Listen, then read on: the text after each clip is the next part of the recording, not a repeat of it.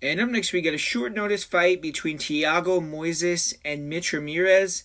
Thiago Moises, kind of a dangerous fight here. He's having to defend his position versus a UFC debutant. He's originally going to fight Brad Riddell, who was coming back off of a layoff but is a well known fighter. And Thiago Moises obviously has been a UFC main eventer and things like that. So it's a tricky fight. You know, if he loses, he's way down in the rankings, but he's a pretty big favorite for a reason. Gonna have to bounce back from his last loss to Benoit Saint Denis, but been fighting really good competition. Obviously, like I just said, just fought Benoit Saint Denis. Now he's fighting Mitch Ramirez, so definitely kind of a step down. But Mitch Ramirez is an 8-1 prospect. His one loss came to Carlos Prates on the Contender Series last year, but mostly he's fought lower level competition overall in his career. Ramirez, and he's getting a huge opportunity here. I mean, fighting someone that's been ranked in the top 15, and I feel like Ramirez is better at 155. He's previously fought at 170, but I think that he's more suited for this weight class if he can make it. But stylistically, Ramirez, big, strong, powerful guy, pressure fighter, wants to get inside, try to brawl, time the left hook, and then when he backs up, he will throw some overhands, hooks, and try to catch you as you're coming in. At range, he'll throw some leg kicks, but flat-footed, slow, doesn't really move his head very well, and kind of will just shell up and look to return, and leaves his body open, doesn't check leg kicks, and headshots do slip in. His loss to Carlos Prates, he got beat up pretty bad.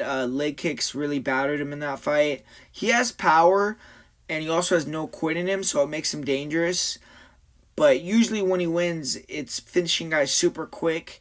And when fights progress and you have to show your skills and things like that, he didn't do good against Prates, we'll say that. But Ramirez, he'll wrestle in his fights. He hit a big double against the fence in his fight with Carlos Prates, and in other fights he uses wrestling.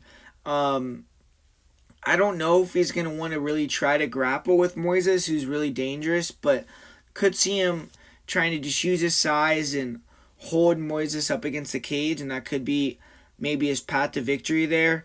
But one thing about Ramirez that is good is he does have good cardio normally, and he tends to come forward and pressure guys. But coming in on short notice, we have to kind of monitor if his cardio is going to be good or not. We're not too sure. But Moises is way more skilled, fighting out of ATT, so he's going to have the calf kicks, and that's going to be something that he's probably going to have a lot of success with this in this fight. He's going to be a lot faster, in my opinion, have the better footwork. He has quick hands, good counters. Kicks are on point.